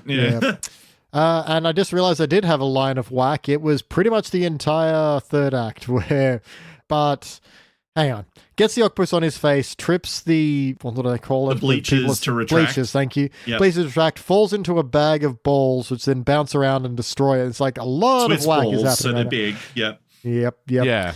The statue of Jesus manages to walk far enough to knock something else over. Kirk Van Houten gets swamped by like styrofoam balls that envelop him. He does make a good point there that, if you try and resist those really tiny little styrofoam balls, they just like envelop you more. So I did if you're trying to rub them off, you just create more static and you're just, you're making it worse. Yeah. So the idea that Kirk is so pathetic that, styrofoam would defeat him is, that kind of, that got me. No, it wasn't bad wacky. It was just, this is a lot happening very quickly. The fact that the Christ the Redeemer statue was like walking over and like kicking over the other ones was very wacky. Yeah, that sort of seems like a part of like what doesn't work about this episode is that it's kind of boilerplate in moments. It's just like, Rube Goldberg something, gymnasium gets destroyed. We need to have Miss Peyton consider quitting and leaving Springfield Elementary. Yeah, so means to an end, fine. It got to Kirk being defeated by styrofoam balls, so I'm like, that gets worth it in my book. Yeah. Ultimately, did this feel like an episode of The Simpsons? Yeah, sure. There's school troubles. Lisa's got a thing. Yes, stuff. But brackets negative. Like, Sure. Like, yes, but it felt like plugging all the old Simpsons episodes into like an AI and pressing generate almost. Like it was, like you said before, boilerplate. A lot of the stuff felt like they're ticking boxes in a way, sort of thing, trying to do it that way. Yeah, that's the thing. It's coherent, but kind of at a cost. Even though there are, like we've said, there's a couple of leaps you have to make as the audience in this one, but it does flow nicely. But I agree. Like, yes, asterisks. Got a different feel to it. Yeah, elongated. Yes. yeah. But yes or no? Would you watch this one again? Yeah, sure. I mean, not because I wanted to. If someone was like, oh, hey, this one's, I'd be like, oh, sure, whatever. Like, I wouldn't walk away, but I wouldn't choose to put it on. No, that's it. It's actually kind of an episode that I think is, you have a scroll while you're doing it, Yeah, it's middling, I would say. You don't need to pay all attention all the time. No. But obviously there's room for improvement. So, BT, what would you like to change about this one? Kind of just make with the laugh. Yeah, I feel like there was not a whole lot of jokes there were some I enjoyed, but I don't have a whole lot of like jokes and then up arrows, which is how I notate. There were some, but I think this was one where they were really kind of leaning on the characters a bit more rather than really getting into the jokes. So just a little more of them laughs would be my main one. And I think remove Bart having a crush as well. I feel like that's just adding too many things in. Your stew is fine if you remove one more matzo ball. I don't know what a matzo ball is. No. See what you can subtract from the dish and still, have it taste good. Mm-hmm. Jordan, what would you like to change? Yeah, similarly, you're right. It did feel joke light. Yeah, especially in that opening sequence of like Lisa's documentary, it took like a minute or two for there to be something sort of like humorous happen. And I get it was sort of like because they were trying to have the idea of not mocking but parodying the very famous documentary and stuff like that. But it did feel like the rest of the episode there was not as much laughs as there probably could have been or should have been. The other thing I would say is that maybe just change the octopus thing to have Lisa think she's helping this octopus and we've got this bond and protecting it, but that it turns out this octopus does not like her, or that's ascribing human emotion to it. But even just the octopus is escaping to try and go back to the ocean. Yeah, like exactly. It's not like it hates Lisa, but it doesn't belong here. Yeah, and she is like, oh, we've got this special bond, but it's like, I just want to go back home, dude. Like, this sucks. Like, this is not the ocean. I'm in a jar a lot. Yeah. I know you get me in like an enclosure, but like I had the whole fucking sea to like. Yeah. Also because it's weird that she's keeping it secret, right? That she's got the octopus, but at the same time installs a huge fucking tank. Like, Marge and Homer aren't going to see that when they go in her room? Like, what's the story? That's a really solid point because, that's kind of, it feels like an element of the story that gets dropped is that, Lisa is trying to stop people finding out that the octopus isn't dead because, it ruins her documentary, Yeah, it was just an angle they didn't go with rather than, hiding this big secret. Oh, no, it'll ruin the documentary. I was kind of fine with not going that direction. I feel like we've done that enough. Sure. Yeah. But just changing it so that Lisa thinks she's doing a cool thing, but in actual fact, she is being a bad friend. Won't let it go. Biologist and also a bad person. Yeah. Oh man, the joke that gave me probably the biggest laugh out of this one was, it's the documentarian's code. It's the ethics of the documentarian. Look, it's even on my jacket. And the emblem is a documentarian filming a bunch of ducks that are looking back at the documentarian, but they're walking straight into a hippo's mouth. It's really good. Don't interfere. Yeah. It's like a mother duck and her ducklings as well. Like all just walking along straight in. The hippo's just like, That's really good. It is indeed a hungry hippo. Hey. Look, one thing that I'd like to change that I think would just really help the Bart storyline along, and because, I think the thing that we all agree is that's letting him down in this story is his actions. Yeah, when he is acting weird. They're just kind of weird and they're like, why are you drawing attention to yourself? I think it should be as simple as he's trying not to get his hair wet, because that seems to be the big giveaway here, which is the big clue, is that, his hair's not down, it's spiked up normally. So, and I think you can put him in situations where that happens. Like, school swimming carnival is probably the big one that reveals it, and she has to save him again because he's drowned something. Or like the air conditioner's broke, or he's sweating or something. Or hot summer day, come run under the sprinkler. No. Or there's a water balloon fight that breaks out at the school and he avoids it entirely. Like, there is just, you could have a lot of fun with that rather than this Bart does fucking random shit. Like, especially if that's going to be in your reveal of him, getting his hair wet, putting on the goggles so she recognizes it's also like she's safe in the pool. Look, sorry. At the same time, it's also like Clark Kent taking off his glasses sort of thing. Like, really? Like, a little bit of wet hair and some swim goggles is what triggers that. Like, come on now. I mean, I did see a good post recently, which is like, Zooey Deschanel without her bangs makes me believe in the Clark Kent Superman. True. All right, well, I think it's time to final notes. I almost said rank this thing, but it's final notes time. PT, do you have any final notes? Early on, there's a bit where Marge kind of interrupts Lisa editing a documentary, and she's like, I don't want you hanging out with sharks. You should have land friends. Yeah, I did like Again, that. I got that, and it's a very Marge. That's a good line, but I'm like, Marge, she's clearly on a computer. She's not going to get bit. Like that. Yeah, the bit before that was like, oh my God, a shark. Like, but I think in my head, I sort of justified it as like, oh my God, I didn't know you were that close to a shark while you were filming. But yeah. Oh, sorry. That was one thing I forgot to bring up earlier as well. That I like how they retroactively made these stories connected at the start.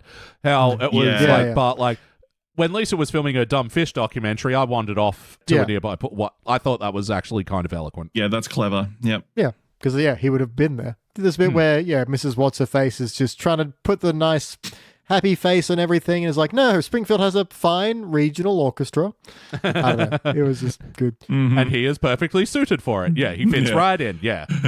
Homer calls the octopus a wondrous creation beneath the batter and sauce. Put it in the playlist, Lisa's friend. friend. I wasn't. Yep. There's a bit where the teachers all goes to meet the other teachers and she's all positive and cheery, and Largo's just like, look, whatever you're taking, either adjust the dose or share. I'm like, okay, that's fine. Well, even just trying to, ingratiate herself, and Mrs. Pommelhorst, rare speaking appearance of her, is like, I rubbed at a disc in my back. Can't wait to hear the funny story about that. Yeah. For a second, I'm like, oh, where are we going with this? But this one actually has like scene music and stuff. We need to praise it where it happens, and it happened here. I don't remember in particular, but there was just music to this episode. Yeah, in the documentary they were doing a lot of that sort of like ocean-y ambient. Yeah. Again, it's kind of been done before, but I did like, Homer's thing of, I had a crush on the school nurse when I was a kid. I used to fall off the monkey bars, bash my head just to go see her, fall off the monkey bars. Yeah. It's like, okay, we've done it before, but I sort of was like, okay, does this sort of explain his problems? Does he have CTE? Is this definitely what we're sort of revealing here? Yeah.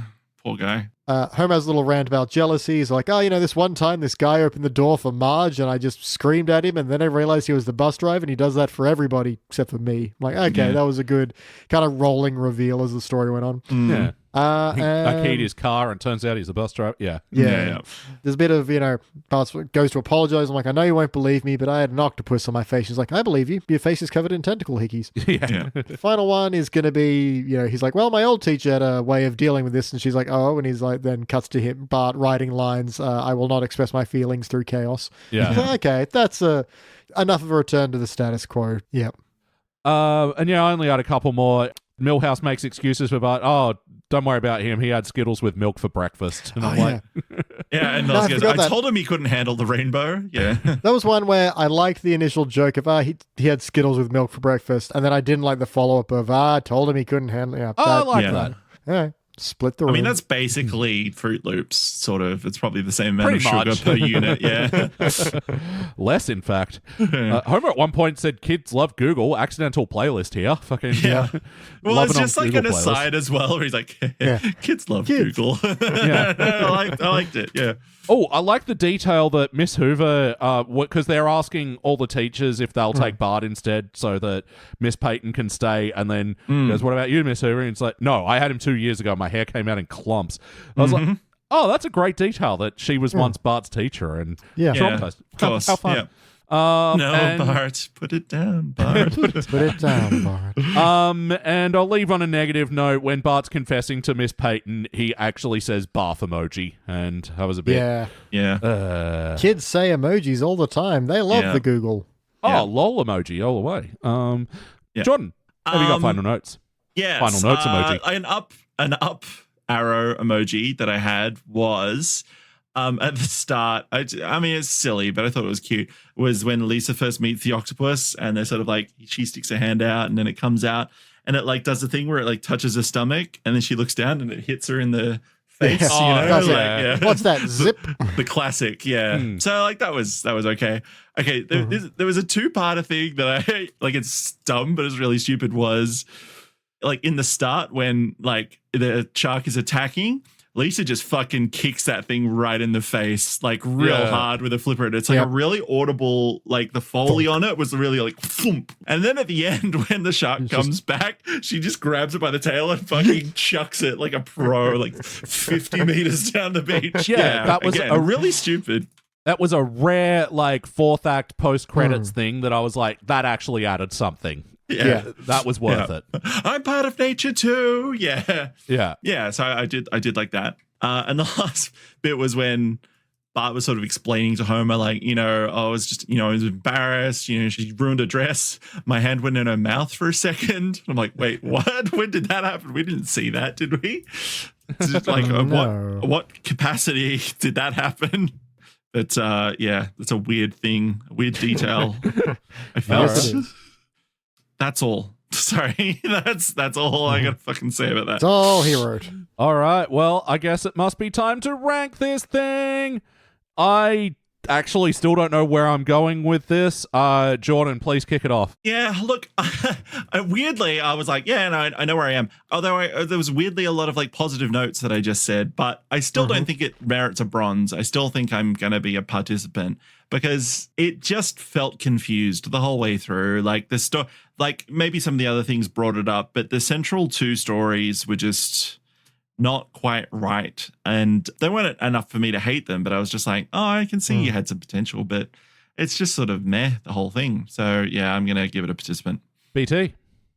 I'm gonna be a little bit higher than that because at a certain point I was kind of flirting with the idea of a silver. I think ultimately the lack of jokes is going to keep me from that.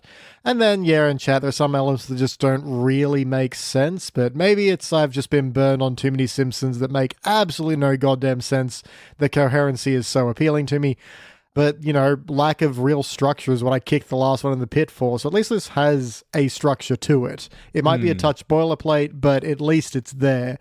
And, I liked some of the sentimentality, and I did enjoy some of the jokes, so I'm going to overall bronze. That help at all, Elliot?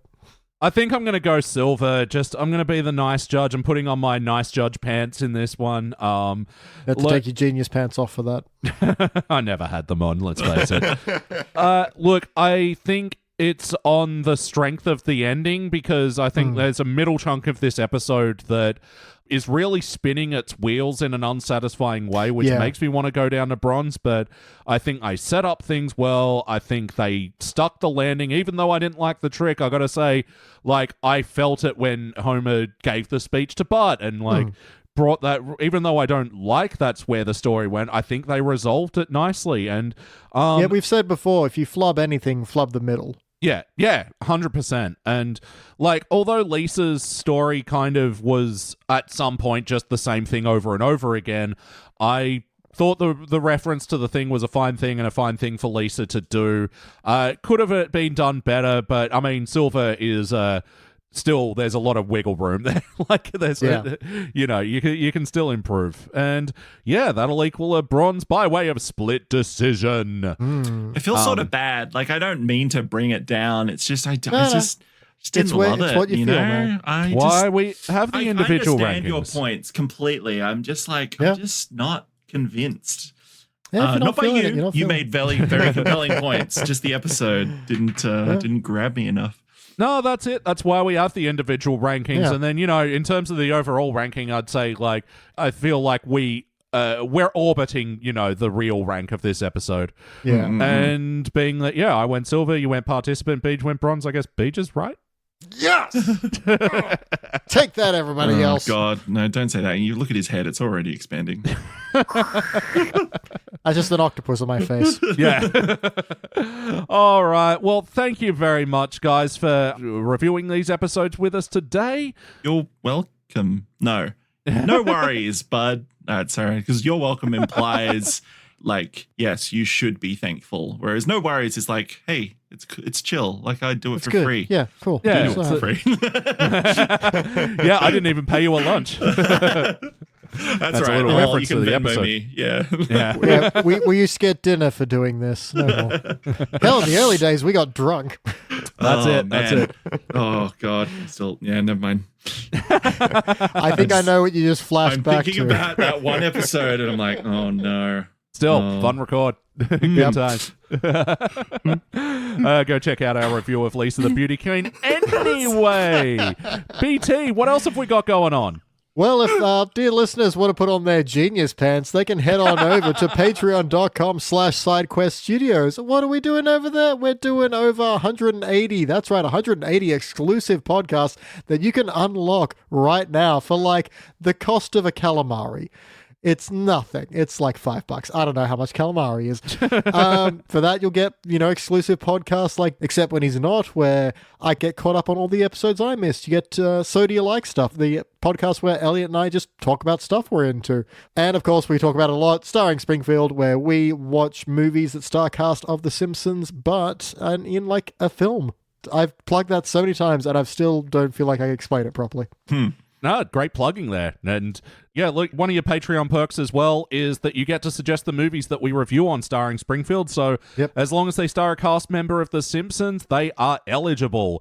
And me and Beej I've just had our round of picking movies to review, and I picked The Chaperone, which stars Triple H and Yardley Smith, and that we ended up having a lot to say about that one. We spoke for longer than the film runs. Yeah, but we've done some great ones already. There's still plenty to check out. Beej, do you happen to know what you're doing yet for yours, or? I think I'm going to do As Good As It Gets, because true. it was one of those films that got a lot of That was accolades, good. and I'm really curious how it holds up. Yeah, Hey. awesome. Have you done Yeah. Maximum Overdrive yet? Oh yeah, The second Okay, good. episode. Nice. Okay, great. All right, just making sure. to see Yardley Smith talking a weird Southern accent. Yeah, Yeah. Oh, Okay, great. that was so much The fun. movie by, for, and about people doing cocaine. Well, yeah, Yep. because especially that was like this is one of the great things about this podcast is like we're seeing these actors at such various stages Yeah. of their career. Like the Chaperone, this is like Yardley Smith like 10 years ago, and she clearly doesn't want to be there. Oh my god. Versus Maximum Overdrive, where she's very young, she's like trying to be a teenager in the film, and she's clearly giving it all she's fucking got, you know? Yep. Yeah, and yeah. bringing maximum enthusiasm. and she's being directed by a super coked up Stephen King. Yeah. Yeah. Anyway, go check that out at patreon.com/sidequest studios. But for now, that's been the Simpsons Index for this week. Thank you very much, Jordan. You are. It's not been a pleasure. That's what I meant to say. Yeah, sure, whatever. I love And you, and I'm sorry for being so annoying. We love you too, mate. I wouldn't have you back if you were annoying. And BT, thank you. No, I'm sorry, sir. I'm trying to remember that squeaky voiced teen lion A was. lot of apologies in the goodbyes tonight. Yeah, look. Well, Well, and, Yeah, sorry. and yeah, to all the out there listening, I'm also sorry, and I'm Elliot J. O'Neill. That's all the mustard in the house. On top of everything else, we're out of mustard. Oh, I'm sorry. I used the last of it, guys. I'm really sorry. I'm sorry, we Put on- don't have any Grey Poupon. Put it on calamari. Good night, Lisa's everybody. friend. Yeah, no, just Keep kid. outroing forever. Thank you for listening to the Simpsons Index podcast, which is also an online spreadsheet available at thesimpsonsindex.com. You can also check out our other shows, like Pulp Fury Radio, our scripted fiction podcast, which tells all original stories across a range of pulp genres, and Thrones of Game, where we review Game of Thrones in reverse order. Links to those podcasts and more will be available in the show notes. Now, there's no bonus scenes for this episode, so we'll catch you next week.